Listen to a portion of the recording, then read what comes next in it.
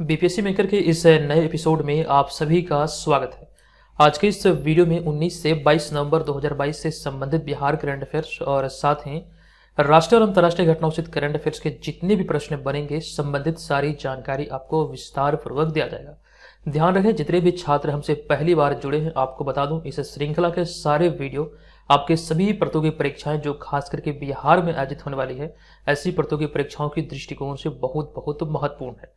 आगे बढ़ने से पहले एक छोटी सी जानकारी आपको दे दूं कि जो आप लोग मैसेज कर रहे थे क्लास के बारे में कि सर क्लास क्यों नहीं आ रही है, तो वजह यह थी कि तबीयत थोड़ा सा खराब था, जिस वजह से क्लास लेने में मैं असमर्थ था।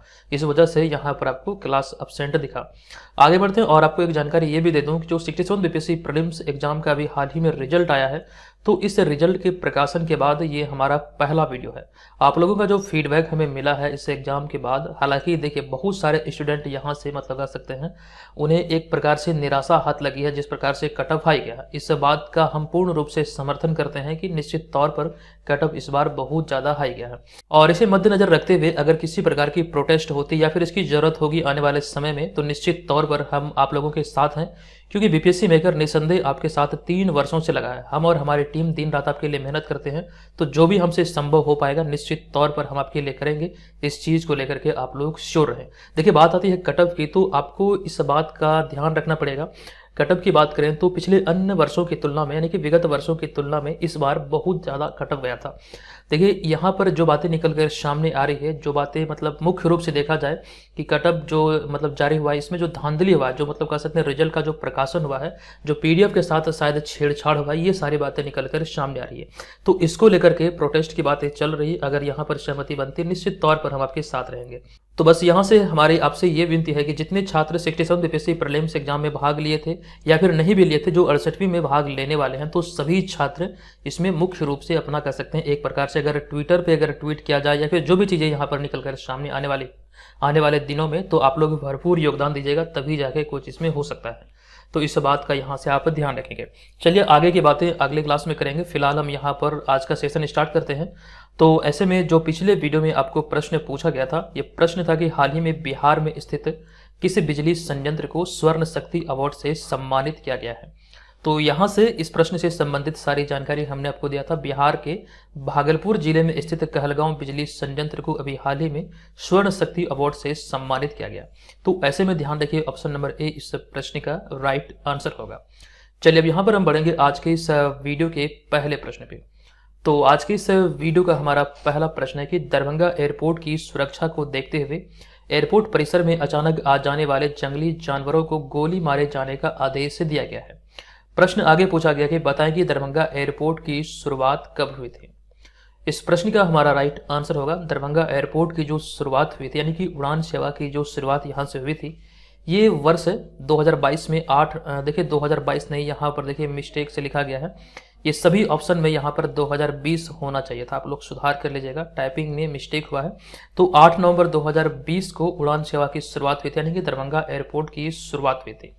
अब यहाँ पर इस प्रश्न के हम एक्सप्लेनेशन की बात करें तो ऐसे में हमारा पहला पॉइंट है कि दरभंगा एयरपोर्ट पर सुरक्षा को देखते हुए एयरपोर्ट परिसर में अचानक आ जाने वाले जंगली जानवरों को गोली मारे जाने की जानकारी वाइल्ड लाइफ को दी गई थी और इसके बाद वाइल्ड लाइफ से अनुमति मिलने के बाद इस फैसले पर मुहर लगाई गई और वन विभाग के जिला अधिकारी ने करीब 200 नीलगाय और जंगली सुअरों को शूट आउट किए जाने की पुष्टि की है। तो यहाँ से ध्यान रखिएगा, ये संबंधित है बिहार के दरभंगा एयरपोर्ट से। दरभंगा एयरपोर्ट के बारे में कई सारी जानकारी हमने आपको समय समय पर दिया है। इसके तहत 2-3 फैक्ट है जो कि आप ही याद रखेंगे। तो इसमें हमारा अगला पॉइंट है कि केंद्र सरकार ने वर्ष 2020 में रीजनल कनेक्टिविटी स्कीम के तहत देश में दरभंगा सहित 13 शहरों में एयरपोर्ट खोला था, यानी कि 13 शहरों में दरभंगा को मिला के 13 शहरों में एयरपोर्ट का शुभारंभ किया गया था। और दरभंगा एयरपोर्ट से जो उड़ान सेवा की शुरुआत हुई थी ये 8 नवंबर 2020 को किया गया था। तो इसी आधार पर यहाँ पर ऑप्शन नंबर ए इस प्रश्न का राइट आंसर हो जाएगा। अब दरभंगा एयरपोर्ट के बारे में जुड़ी हुई कुछ और भी जानकारी है, जैसे कि हमारा अगला पॉइंट है मई 2022 में, इसी वर्ष मई 2022 में दरभंगा एयरपोर्ट मैथिली भाषा में उद्घोषणा यानी कि अनाउंसमेंट करने वाला भारत का पहला एयरपोर्ट बना है। मैथिली भाषा में अनाउंसमेंट अर्थात उद्घोषणा करने वाला भारत का पहला एयरपोर्ट है दरभंगा एयरपोर्ट। उसके बाद यहाँ पे हमारा दूसरा प्रश्न है कि जूनियर नेशनल एथलेटिक्स चैंपियनशिप में बिहार के होनहार खिलाड़ी जसवंत सरोज ने कौन सा पदक जीता है। इस तरह के प्रश्न आपके एग्जाम में प्रबल रूप से पूछे जाने की संभावना है। इस प्रश्न का हमारा राइट आंसर होगा ऑप्शन नंबर बी, यानी कि सिल्वर मेडल अर्थात रजत पदक अभी हाल ही में जसवंत सरोज ने अपने नाम किया है। तो ध्यान रखिए ऑप्शन नंबर बी यहाँ पर इसका सही उत्तर है। अब यहाँ पर हम इस प्रश्न के एक्सप्लेनेशन की बात करें तो ऐसे में हमारा पहला पॉइंट है कि जूनियर नेशनल एथलेटिक्स चैंपियनशिप में बिहार के होनहार खिलाड़ी जसवंत सरोज ने 3000 मीटर दौड़ प्रतिस्पर्धा में रजत पदक अर्थात सिल्वर मेडल अपने नाम किया है। इसके अतिरिक्त यहाँ पर आपको इस बात का ध्यान रखना है कि इस प्रतियोगिता का आयोजन कहाँ किया गया है। हालांकि विस्तृत तौर पर हमने इसकी जानकारी प्रीवियस क्लासेज में आपको दिया था। आपको ध्यान रखना है कि इस वर्ष यानी कि 2022 में 37वीं नेशनल जूनियर एथलेटिक्स चैंपियनशिप का जो आयोजन हुआ है ये गुवाहाटी असम में किया गया है। ये यहाँ से आपको नोट कर लेना है। जो नई वाली कॉपी मैंने आपको 68वीं बीपीएससी एग्जाम के लिए तैयार करने के लिए कहा था, आई होप कि आपने तैयार किया होगा। तो इन सारे पॉइंट को वहाँ पर आपको नोट करना है। अब यहाँ पर हम बात करें इस प्रतियोगिता में यानी कि 37वीं नेशनल जूनियर एथलेटिक्स प्रतियोगिता जो भी हाल ही में गुवाहाटी असम में आयोजित हुई है, तो ऐसे में बिहार के किस अन्य खिलाड़ी ने रजत पदक अपने नाम किया है। तो ऐसे में ध्यान रखिए, ये सारी जानकारी हमने ऑलरेडी आपको दिया है। तानिया मिश्रा, आशीष कुमार, निशी कुमारी आदि इन तीनों ने यहाँ पर आपको विभिन्न कैटेगरी में यानी कि ट्रायथलॉन और साथ भाला फेंक प्रतिस्पर्धा में रजत पदक अर्थात सिल्वर मेडल बिहार को दिलाया है। तो ये सारी बातें यहाँ से आपको ध्यान रखना है। हालांकि इसकी कंप्लीट सूची भी हमने आपके सामने प्रस्तुत किया था पिछले वीडियो में। अब यहाँ पर हम चलेंगे अगले तीसरे प्रश्न पे। ये तीसरा प्रश्न है कि संयुक्त राष्ट्र की हालिया रिपोर्ट के अनुसार अब विश्व में इंसानों की आबादी कितने अरब को पार कर चुकी है। इस प्रश्न को आप इंपॉर्टेंट प्रश्नों की श्रेणी में रखेंगे। इस प्रश्न का हमारा राइट आंसर होगा संयुक्त राष्ट्र की हालिया रिपोर्ट के अनुसार पूरे विश्व की आबादी 8 अरब को पार कर चुकी है। तो ऐसे में ध्यान रखिए ऑप्शन नंबर बी इस प्रश्न का राइट आंसर हो जाएगा। अब यहाँ पर आपको जानकारी दे दूं कि संयुक्त राष्ट्र की हालिया रिपोर्ट के अनुसार पूरे विश्व में इंसानों की आबादी 8 अरब को पार कर चुकी है। यह आंकड़ा 1950 में मात्र 2.5 यानी कि 2.5 अरब थी, मात्र 2.5 अरब थी 1950 में। अब यहाँ पर इस रिपोर्ट में यह भी कहा गया, अर्थात इस रिपोर्ट के अनुसार इस रिपोर्ट में जो आंकड़ा दिया गया तो इसके आधार पर 2023 तक 850 करोड़ यानी कि 8.5 अरब, वहीं पे 2050 में 9.7 अरब अर्थात 970 करोड़ और वर्ष 2000 नहीं बल्कि 2100 में ये 1040 करोड़ होगा यानी कि 10.4 अरब हो जाएगा पूरे विश्व की आबादी। ये सारी बातें संयुक्त राष्ट्र की हालिया रिपोर्ट में कहा गया है। रिपोर्ट में इस बात का भी जिक्र किया गया जो दुनिया में जो मतलब देश हैं, बड़े बड़े देश, तो इनमें से जो पहला नाम है आबादी के मामले में ये वर्तमान समय के दृष्टिकोण से देखें तो चीन है, दूसरे स्थान पर भारत है और क्रमशः पाकिस्तान, ब्राजील आदि सबसे अधिक मतलब जनसंख्या वाले देश इसमें शामिल है। और वहीं पे हम बात करें इस रिपोर्ट के आधार पर मानव की औसत उम्र की, यहाँ पर किसी एक विशेष देश की बात नहीं किया जा रहा बल्कि पूरे विश्व की बात किया जा रहा है। तो पूरे विश्व की मानव की औसत उम्र की बात किया जाए तो आपको ध्यान रखना है कि औसत उम्र वर्तमान समय में 72.8 वर्ष है। ये यहाँ से आपको ध्यान रखना है। अब यहाँ पर देखिए बात हो रही थी संयुक्त राष्ट्र की, तो संयुक्त राष्ट्र के बारे में हालांकि कई सारी जानकारी हमने आपको दिया है, लेकिन इसमें से कुछ और इंपॉर्टेंट फैक्ट है जो कि यहाँ से आपको याद रखना है। देखिए संयुक्त राष्ट्र अर्थात यूनाइटेड नेशन, संयुक्त राष्ट्र के 6 प्रमुख अंग है। बीपीएससी प्रीलिम्स में यहाँ से आपके प्रश्न बन सकते हैं कि संयुक्त राष्ट्र के प्रमुख 6 अंग कौन कौन से हैं। तो नोट कीजिएगा, पहला है संयुक्त राष्ट्र महासभा, दूसरा है सुरक्षा परिषद, तीसरा है अंतर्राष्ट्रीय न्यायालय, चौथा है संयुक्त राष्ट्र आर्थिक एवं सामाजिक परिषद और पांचवा है संयुक्त राष्ट्र न्यास परिषद और छठा है संयुक्त राष्ट्र सचिवालय। ये कुल मिला के 6 प्रमुख अंग हैं संयुक्त राष्ट्र के। संयुक्त राष्ट्र की स्थापना की बात करें तो 1948 से हर साल 24 अक्टूबर को संयुक्त राष्ट्र स्थापना दिवस या फिर संयुक्त राष्ट्र दिवस माना जाता है। इस दिन की बात करें तो इस दिन 1945 में संयुक्त राष्ट्र चार्टर के लागू होने की वर्षगांठ का एक प्रतीक है। इसके उद्देश्य की चर्चा यहाँ पर की गई, हालांकि हम इसे स्किप करते हुए चलते हैं यहाँ पर अगले पॉइंट पे। ये पॉइंट अति महत्वपूर्ण है। ये पॉइंट है कि वर्तमान में रुचिरा कंबोज संयुक्त राष्ट्र में भारत की अस्थायी प्रतिनिधि है। नोट कर लीजिएगा, ये रुचिरा कंबोज वर्तमान में यूनाइटेड नेशन में भारत की यानी कि इंडिया की अस्थायी प्रतिनिधि के तौर पर नियुक्त है। तो ये सारी बातें हैं संयुक्त राष्ट्र से संबंधित। चलिए अब यहाँ पर हम चलते हैं अगले चौथे प्रश्न पे। ये हमारा चौथा प्रश्न है कि भारतीय अंतर्राष्ट्रीय व्यापार मेले का 41वां संस्करण हाल ही में किस शहर में आयोजित किया गया है। इंपॉर्टेंट प्रश्न है। भारतीय अंतर्राष्ट्रीय यानी कि इंडिया इंटरनेशनल ट्रेड फेयर का जो 41वां संस्करण है ये भी हाल ही में किस शहर में आयोजित किया गया। इस प्रश्न का हमारा राइट आंसर हो जाएगा यहाँ पर ऑप्शन नंबर ए, राजधानी नई दिल्ली में भी हाल ही में इसका आयोजन किया गया। इस प्रश्न से संबंधित यहाँ पर आपको ध्यान रखना है कि भारतीय अंतर्राष्ट्रीय व्यापार मेले के 41वें संस्करण का उद्घाटन हाल ही में 14 नवंबर 2022 को केंद्रीय वाणिज्य और उद्योग मंत्री पीयूष गोयल के द्वारा दिल्ली के प्रगति मैदान में किया गया था। और यहाँ पर इस प्रश्न से संबंधित आपको ध्यान रखना है कि जो बातें यहाँ पर मैं आपको बताने वाला हूँ ये अति महत्वपूर्ण होने वाली है, क्योंकि विगत वर्षों में देखा गया कि यहाँ पर जो व्यापार मेले आयोजित होते हैं भारत में, यानी कि भारतीय अंतर्राष्ट्रीय व्यापार मेला, यहाँ से विभिन्न प्रतियोगी परीक्षाओं में अक्सर प्रश्न पूछे गए हैं। इस बात को ध्यान रखिएगा, मैं इसे 5 स्टार रेट कर रहा हूँ, ठीक है। आप लोग इस प्रश्न पे एकदम से अपनी पैनी नजर बनाए रखिएगा, क्योंकि यहाँ से एग्जाम में प्रश्न बन सकते हैं। तो इस वर्ष 2022 में जो इसका आयोजन तिथि है ये ध्यान रखिए 21 से 27 नवंबर 2022 है।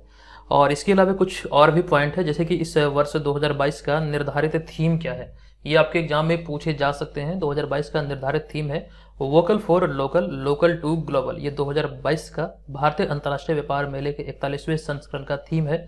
एक बार मैं पुनः रिपीट कर रहा हूँ, vocal for local, local to global, ये 2022 का निर्धारित थीम है। कुछ और भी फैक्ट है, जैसे कि इस मेले में बिहार, झारखंड और महाराष्ट्र भागीदारी राज्य के तौर पर शामिल, यानी कि भागीदार राज्य हैं। जबकि वहीं पे हम बात करें इसके कुछ और भी पॉइंट के बारे में, तो आपको ध्यान रखना है कि उत्तर प्रदेश और केरल फोकस राज्य के रूप में इसमें भाग लिया है। तो बिहार के दृष्टिकोण से आपके एग्जाम में प्रश्न बन सकते हैं। आपको ध्यान रखना है कि बिहार ये 41वें संस्करण में भागीदार राज्य के तौर पर, जिनमें कि झारखंड और महाराष्ट्र भी शामिल है। नोट कर लीजिएगा, अति महत्वपूर्ण है। अगला 5वां प्रश्न है कि हाल ही में पहली विश्व मीडिया कांग्रेस का आयोजन निम्नलिखित में से कहाँ किया गया। तो इस प्रश्न का हमारा राइट आंसर होगा, इसका आयोजन अभी हाल ही में किया गया अबू धाबी में, संयुक्त अरब अमीरात के अबू धाबी अर्थात यूएई के अबू धाबी में इसका आयोजन किया गया।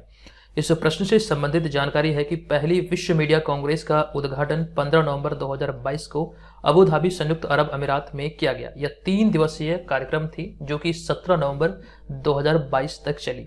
ये यहाँ से आप लोगों को ध्यान रखना है, इसका जो आयोजन था ये 3 दिवसीय आयोजन था जो कि 17 नवंबर 2022 तक ये आयोजित किया गया। इस प्रश्न से संबंधित और भी जानकारी है, जैसे कि यहाँ पर हम बात करें कुछ मिलते जुलते फैक्ट की, हम यहाँ पर चर्चा करेंगे COP28 की, क्योंकि यहाँ पर संयुक्त अरब अमीरात की चर्चा हुई है।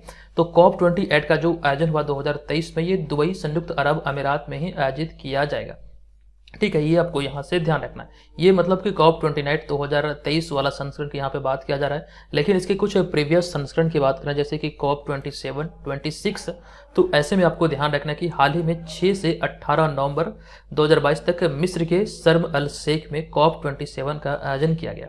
जबकि COP26 की बात करें तो COP26 का आयोजन 2021 में ग्लासगो स्कॉटलैंड में किया गया था। ये जानकारी ऑलरेडी हमने आपको विस्तार पूर्वक इसी करंट अफेयर्स की श्रृंखला के तहत दिया है। बात हो रही थी यहाँ पर संयुक्त अरब अमीरात की, तो इसकी राजधानी है अबू धाबी, और संयुक्त अरब अमीरात की करेंसी अर्थात मुद्रा की बात करें तो अमीरात दिरहम यहाँ की कह सकते हैं नेशनल करेंसी है। वहीं पे हम बात करें अगले पॉइंट में, राष्ट्रपति कौन है यहाँ पर संयुक्त अरब अमीरात के, तो शेख मोहम्मद बिन जायद अल नाहियान वर्तमान में संयुक्त अरब अमीरात के राष्ट्रपति हैं। अगले प्रश्न भी आ चुके हैं। अगला है 6वां प्रश्न। ये प्रश्न है कि निम्नलिखित में से किस भारतीय क्रिकेटर को ICC T20 वर्ल्ड कप की मोस्ट वैल्यूड टीम में शामिल किया गया है। तो देखिए, इस प्रश्न का जो हमारा राइट आंसर होगा ये हो जाएगा ऑप्शन नंबर ए, यानी कि उपयुक्त में से एक से अधिक, क्योंकि यहाँ पर 2 विकल्प सही है। एक तो है विराट कोहली और दूसरा सूर्य कुमार यादव। तो इस आधार पर देखें तो 2 आंसर सही होने की दृष्टिकोण को ध्यान में रखते हुए फाइनल आंसर जो बनेगा BPSC के लिहाज से ये हो जाएगा ऑप्शन नंबर ए। इस प्रश्न से संबंधित कई सारी जानकारी है। नोट करना है आपको कि वर्ष 2022 में ICC T20 विश्व कप का 8वां संस्करण ऑस्ट्रेलिया में आयोजित किया गया। मेजबान जो राष्ट्र था ये था ऑस्ट्रेलिया, ये इसका 8वां संस्करण था। और इसके बाद ही मतलब इस T20 वर्ल्ड कप का आयोजन के बाद ही हाल ही में ICC ने सबसे मूल्यवान टीम यानी कि मोस्ट वैल्यूएबल टीम के नाम की घोषणा की है। तो इस घोषणा के आधार पर आपको ध्यान रखना है कि T20 वर्ल्ड कप की मोस्ट वैल्यूड टीम में भारत के विराट कोहली और सूर्य कुमार यादव का नाम शामिल है। हालांकि जो अन्य मतलब खिलाड़ी इसमें शामिल है, आपको इस दृष्टिकोण को ध्यान रखते हुए कुछ पॉइंट याद रखने हैं कि इस टीम में यानी कि 6 अलग अलग देशों के खिलाड़ियों को जगह मिली है। अब ये अन्य देशों की हम बात करें तो आपको ध्यान रखना है कि इसमें विश्व कप के सेमीफाइनल में पहुंचे भारत, इंग्लैंड और इसके अलावा पाकिस्तान और न्यूजीलैंड के खिलाड़ियों का नाम तो शामिल है ही, लेकिन इसके अतिरिक्त 2 और राष्ट्र हैं जो कि आपको ध्यान रखना, जिम्बाब्वे और दक्षिण अफ्रीका।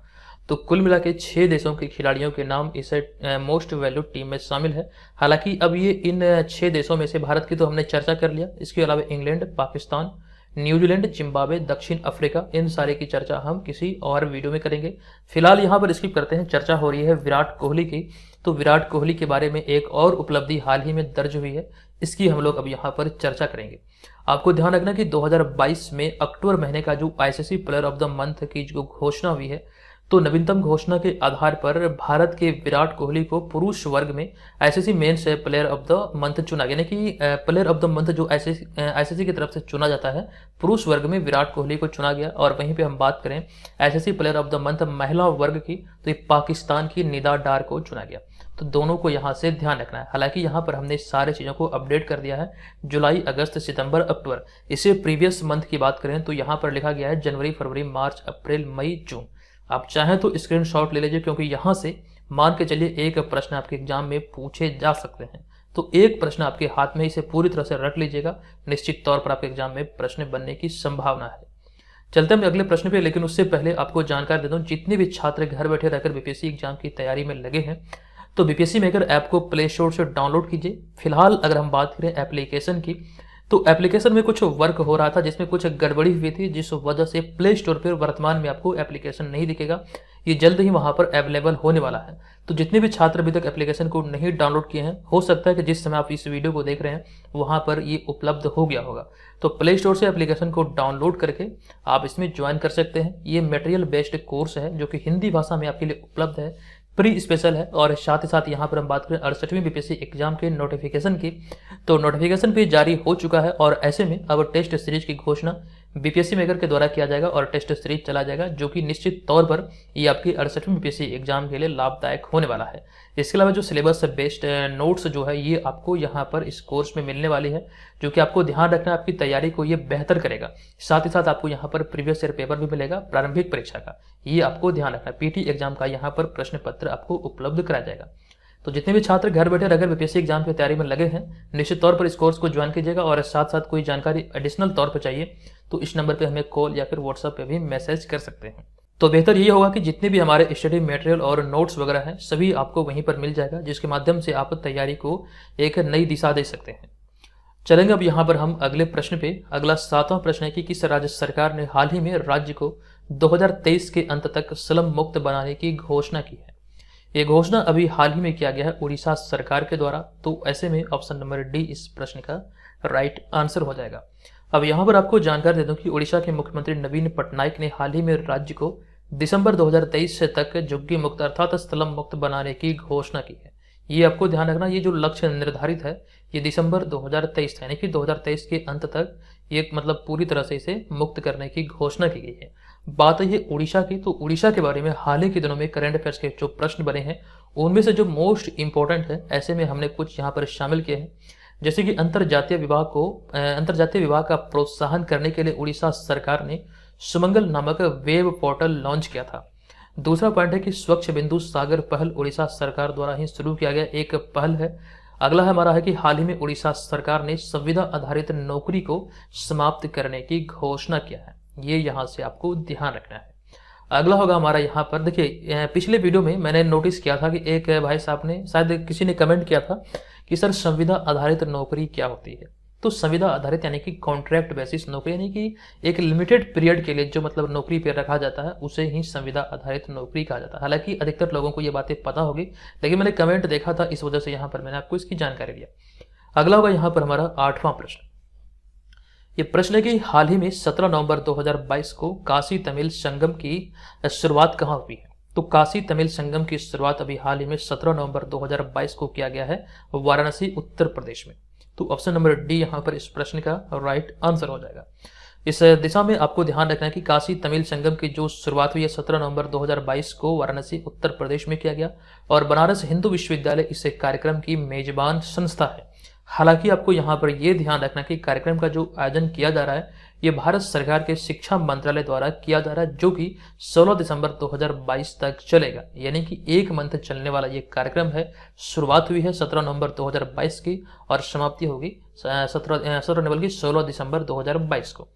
अगला पॉइंट हमारा यहाँ पर यह है कि भारत सरकार आज़ादी का अमृत महोत्सव के एक भाग के रूप में महीने भर चलने वाले काशी तमिल संगम का आयोजन कर रही है। ये यहाँ से आपको ध्यान रखना है। एक सेकंड, यहाँ पर मैं थोड़ा सा मिस कर रहा हूँ, संगम नहीं बल्कि संगमम है। यहाँ पर देखिए आप लोग सुधार कर लीजिएगा, काशी तमिल संगमम। ये यहाँ से ध्यान कि यहाँ पर बैनर में भी लिखा गया काशी तमिल संगमम। तो इसकी जो शुरुआत हुई है अभी हाल ही में वाराणसी में किया गया। इस चीज़ को आप लोग यहाँ पर नोट कर लीजिएगा। अब यहाँ पर हम चले अगले पॉइंट पे। तो हमारा अगला पॉइंट है कि इस एक महीने की अवधि के दौरान 12 विभिन्न श्रेणियों के प्रतिनिधि तमिलनाडु से काशी का दौरा करेंगे और वे अपने समकक्षों के साथ बातचीत करेंगे। यही इसका उद्देश्य है जिसको लेकर अभी हाल ही में इसका आयोजन किया गया। अगला 9वां प्रश्न है कि निम्नलिखित में से किस राज्य में 55वां राष्ट्रीय पुस्तकालय सप्ताह मनाया गया है। राइट आंसर हो जाएगा हमारा ऑप्शन नंबर सी, यानी कि आंध्र प्रदेश। अब इस प्रश्न के बारे में जानकारी दे दूं कि हाल ही में 14 नवंबर 2022 को 55वां राष्ट्रीय पुस्तकालय सप्ताह आंध्र प्रदेश के सभी पुस्तकालयों में मनाया गया है। और 55वां राष्ट्रीय पुस्तकालय सप्ताह समारोह स्कूल शिक्षा विभाग की वी लव रीडिंग पहल को भी गति देगा। कहीं ना कहीं इस दृष्टिकोण को ध्यान में भी रखकर इसकी शुरुआत की गई। यहाँ पर आपको ध्यान रखना है कि ये इसका 55वां संस्करण था। वी लव रीडिंग जो पहल है मतलब कह सकते हैं शिक्षा विभाग की, तो इसको एक प्रकार से गति प्रदान करेगा। हम बात करें यहाँ पर अगले पॉइंट की, तो हाल ही में आंध्र प्रदेश के 23वें वर्तमान राज्यपाल विश्वभूषण हरिचंदन ने विजयवाड़ा में महात्मा गांधी की 30 फीट ऊंची भित्ति प्रतिमा का अनावरण किया था। ये जानकारी हमने विस्तार पूर्वक आपके साथ साझा किया था। बात आई है यहाँ पर महात्मा गांधी की प्रतिमा की, तो ऐसे में कुछ बातें हैं जो कि मैं आपके सामने यहाँ पर प्रस्तुत करने वाला हूँ। तो इसमें आपको ध्यान रखना है कि पाकिस्तान में महात्मा गांधी की मूर्तियां 2 जगहों पर है। पाकिस्तान के दृष्टिकोण से हमने इसे शामिल किया है। तो इस्लामाबाद में, जो कि पाकिस्तान की राजधानी है, तो इस्लामाबाद में पाकिस्तान संग्रहालय में एक प्रतिमा है और साथ साथ इस्लामाबाद में ही भारत के उच्चायोग में भी महात्मा गांधी की एक प्रतिमा स्थापित है। और इसके अतिरिक्त एक और पॉइंट है, ease of doing business index 2022 में आंध्र प्रदेश शीर्ष स्थान पर रहा था।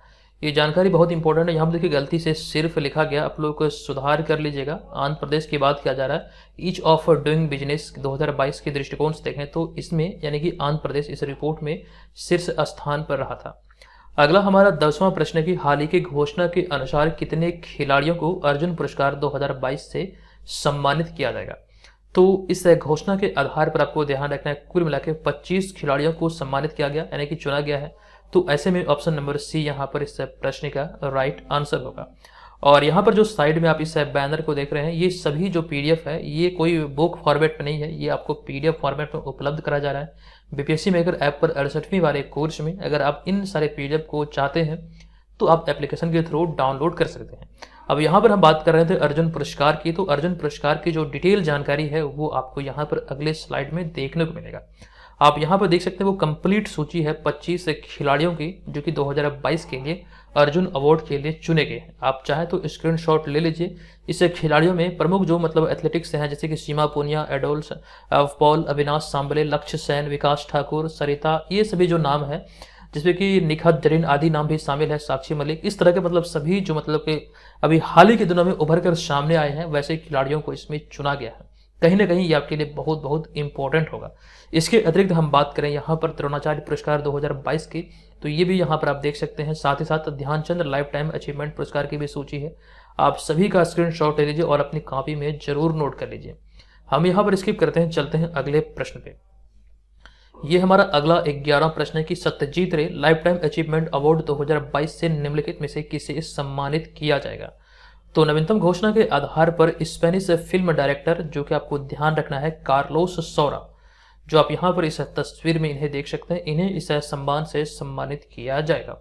आपको जानकारी दे दूं कि हाल ही की घोषणा के आधार पर यानी कि अनुसार भारतीय अंतर्राष्ट्रीय फिल्म महोत्सव के 53वें संस्करण के दौरान स्पेनिश फिल्म डायरेक्टर कार्लोस सौरा को सत्यजीत रे लाइफ टाइम अचीवमेंट अवार्ड से सम्मानित किया गया है।